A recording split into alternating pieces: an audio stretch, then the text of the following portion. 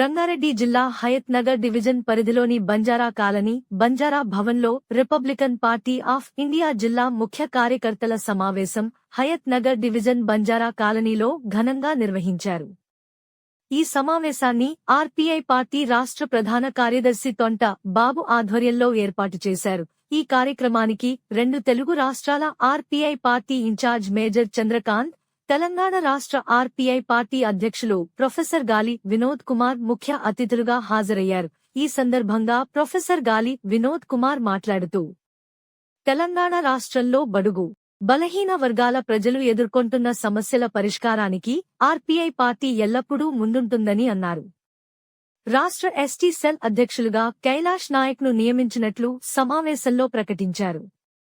రాష్ట్రంలోని సుమారు 35 లక్షల మంది బంజారా ప్రజలకు జరుగుతున్న అన్యాయాలపై గట్టిగా పోరాడుతామని తెలిపారు. రానున్న గ్రేటర్ హైదరాబాద్ మున్సిపల్ కార్పొరేషన్ ఎన్నికల్లో ఆర్పీఐ పార్టీ అభ్యర్థులను బరిలో దించి గెలిపించే దిశగా ప్రతి కార్యకర్త కృషి చేయాలని పిలుపునిచ్చారు. హయత్ నగర్ ప్రాంతం నుంచి కైలాష్ నాయక్ ను పార్టీ అభ్యర్థిగా నిలబెట్టనున్నట్లు వెల్లడించారు. ఈ సమావేశంలో రాష్ట్ర ప్రధాన కార్యదర్శి తొంట బాబు, రాష్ట్ర ఉపాధ్యక్షులు పల్లెర్ల మైసయ్య, అసైన్ భూముల పోరాట కమిటీ ప్రధాన కార్యదర్శి Konnoju Prabhakar, party general advocate Prashanth, రాష్ట్ర ట్రెజరర్ మురళీకృష్ణ, రాష్ట్ర ఎస్టీ సెల్ అధ్యక్షులు కైలాష్ నాయక్, సాయి నాయక్ తో పాటు పలువురు పార్టీ నాయకులు, కార్యకర్తలు, యువకులు పాల్గొన్నారు. బంజారా కాలనీ బంజారా భవన్లో ఆర్పీఐ పార్టీ రంగారెడ్డి జిల్లా సమావేశం జరిగింది. ముఖ్యంగా రాష్ట్ర వ్యాప్తంగా మా బంజారాలకు నాయకుడిగా ఇవాళ RPI Banjara wing RPI wing రాష్ట్ర అధ్యక్షునిగా మన కైలాష్ నాయకుని మేము ఎన్నుకోవడం జరిగింది. ఇవాళ ఆయనకు అభినందనిస్తున్నాం.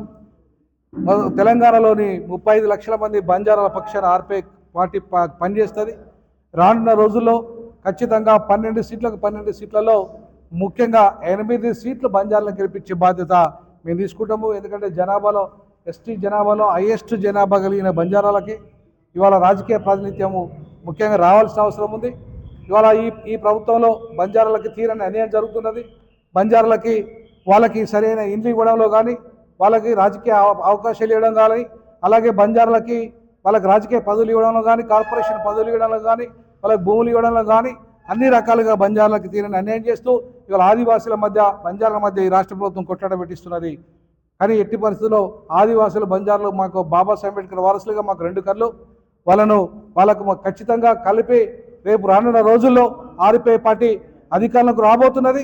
తెలంగాణలో రాజకీయ అధికారాన్ని సాధించి తీరడమే మా లక్ష్యం.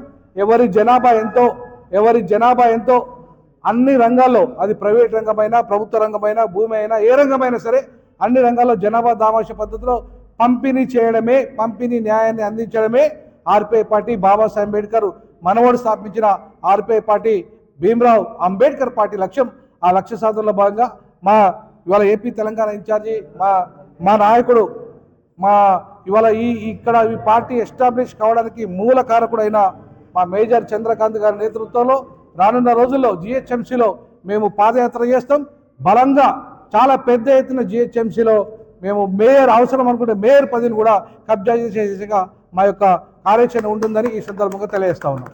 జై భీమ్, జై సేవలాల్, జై భీమ్, జై సేవలాల్, జై సేవలాల్.